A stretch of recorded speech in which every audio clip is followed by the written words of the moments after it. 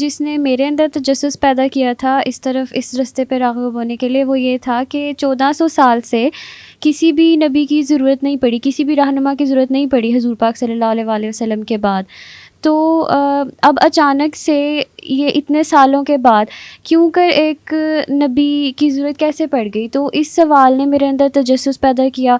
और एक सवाल ये भी पैदा होता था कि जहाँ दुनिया में जितने भी मज़ाहिब हैं, जी मुसलमान, ईसाई, जितने भी मज़ाहिब हैं, जी जी वो सब इस एक पॉइंट पे आके कादियानियत की बात जब होती है तो इस पॉइंट पे सारे यकजा हो जाते हैं और सब इसको गलत कहते हैं।